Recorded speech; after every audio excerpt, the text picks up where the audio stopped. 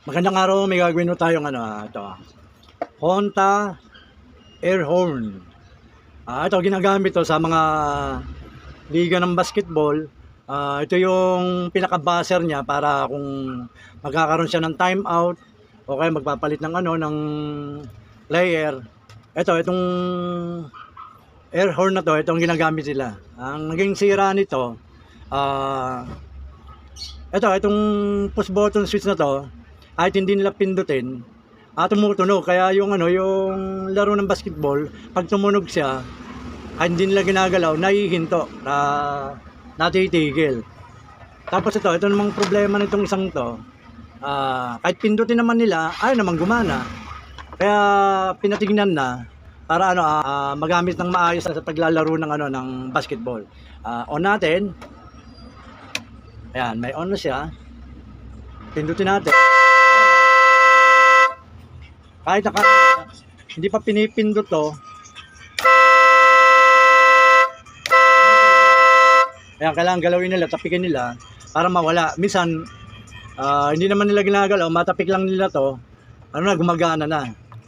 Kaya ito, may problema tong isang switch na to, papalitan natin to. Tapos ito naman, ang isang problema naman nitong switch na to, itong push button switch na to, kahit pindutin naman nila, ayaw naman gumana. Yan. Kaya ang naging sira nito, itong switch na to, kahit hindi ginagalaw, tunog ng tunog. Pag ito naman ang pinindot, ayaw naman. Ito, obligado ng palitan to. Bali, ang gagawin natin, ito, testerin muna natin to kung kung gumagana pa itong push button switch na to.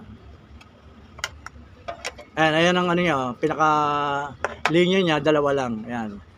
Bale, ito, gamitin natin itong tester na to. Titingnan natin kung gumagana to. Short natin. Ayan. Testerin natin, ayan. Pindutin natin itong itong nasa ibabaw, tsaka natin itong testerin. Ayun, wala siyang contact. Ibig sabihin, sira to. Bale, ang gagawin natin, papalitan natin itong push button switch na to, tsaka to. Ayan. Buksan natin to, tingnan natin yung loob.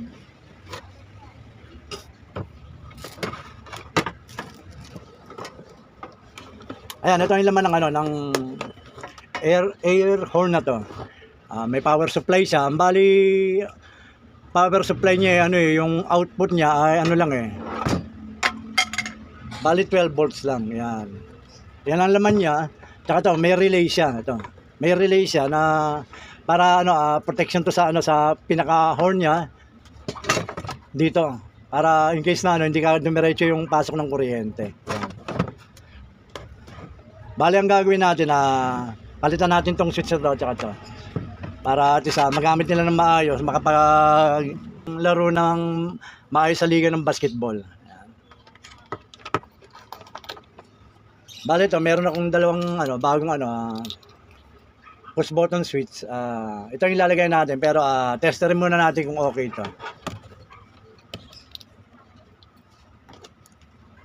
Short natin. Pindutin natin itong nasa ibabaw.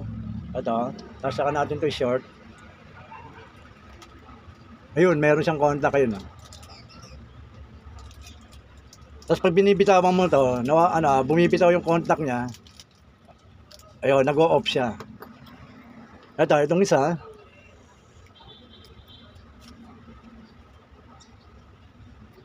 Ayun, okay din. Kapag diniin, nagkakaroon ng contact, pag binitawan ganon, nawawala. Ito ang ayos. Ito ang ipapalit natin para magamit na ng maayos ng itong air horn na to.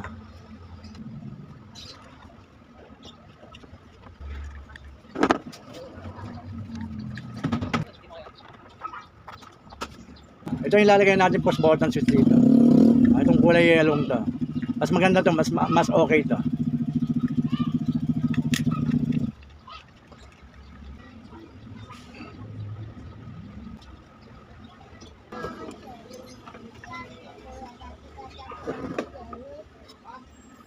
Ito, babaklasin din natin itong itong push button switch na to.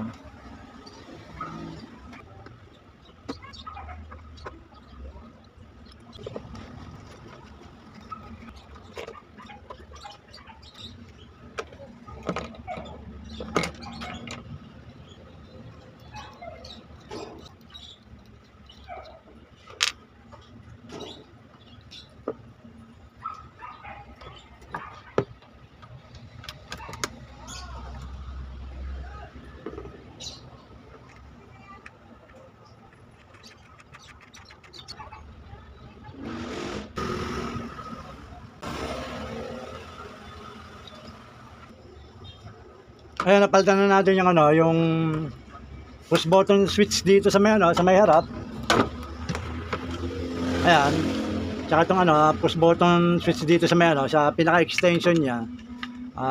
Bago na uli. At yung mga pinalitan natin. Ayan ito. Ngayon, susubok natin siyang, ngayon, sasaksak natin. Titingnan natin kung normal na. Kung ito, pag pinindot, tutunog siya, tapos pag binitawan na mawawala yung tunog. At ito naman,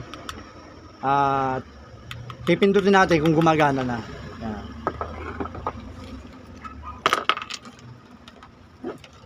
Saksak natin.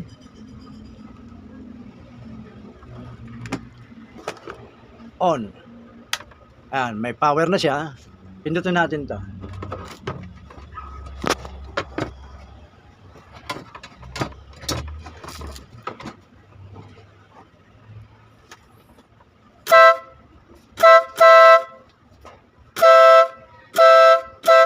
Ayan o. Kapag pinindot siya, tumataas uli siya. Ayan o.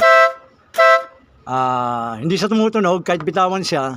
Kahit pag on pa lang, wala siyang tunog. Pag pinindot lang. Ito, pag pinindot lang, tsaka siya magkakaroon ng tunog. Ito naman, titingnan natin, pindutin natin kung tutunog na rin yung horn niya. Ayan.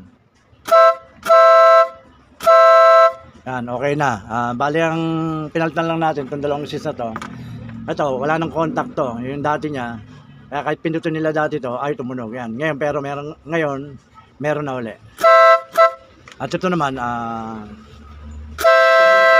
bumabalik na kagad. Hindi siya yung ano, yung pag pinindot siya, meron pa rin. Yan. Okay na po. Sige po, maraming salamat sa panonood. Basta share and subscribe lang po kayo sa mga ginagawa ko para at least natin nasusubaybayan. Thank you po, maraming salamat.